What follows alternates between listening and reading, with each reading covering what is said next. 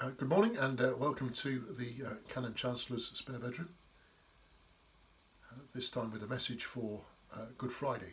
Good Friday which will certainly be the strangest Good Friday of my life, and I suspect will also be the strangest Good Friday of yours.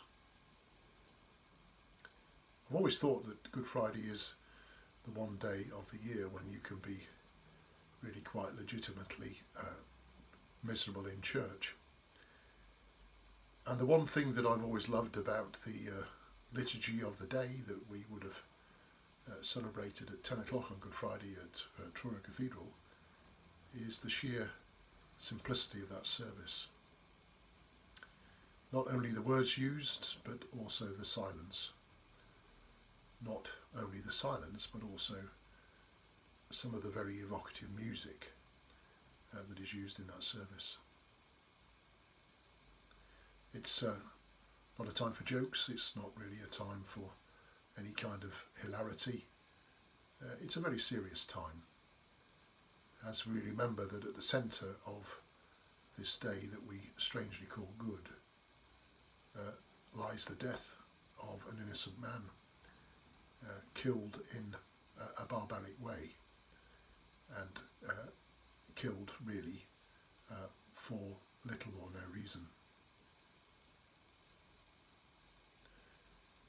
But his death, of course, sits at the centre of a bigger story, the whole story of salvation, the whole story of how we may have hope after this very sad and miserable day.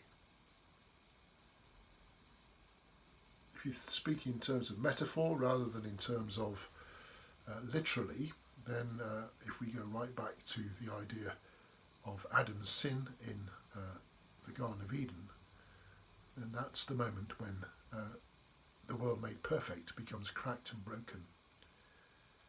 And through that crack, the power of sin comes into the world, and that power comes and corrupts.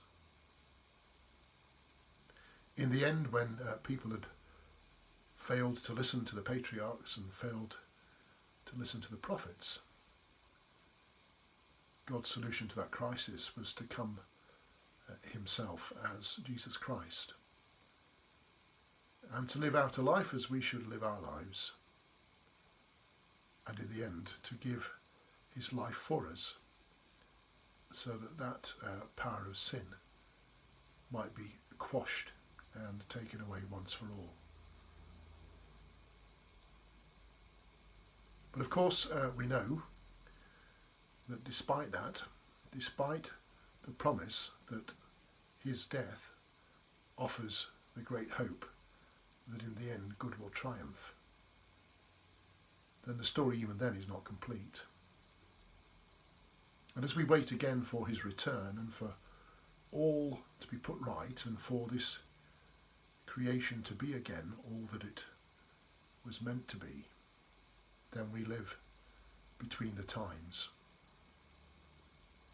And in those between times, we deal still with the reality of darkness and evil in our world. Darkness and evil very often brought about and witnessed through human inhumanity. And as Christian people, we're called in that time to seek to walk in the way of Christ, and to seek to be his hands and his voice in our world today. Many people will be working today on our behalf to be his hands and his voice. Many people will be tending to the needs of the most vulnerable. Some will be tending those who are desperately ill. We pray for the day when all will be made right. In the meanwhile, we give thanks for those who do seek, however erringly, to follow in Jesus' footsteps, and through that bring a little bit of salvation into the here and now, something that we can experience even now in our knowledge of him and all that he came to teach us. blessed Good Friday to you.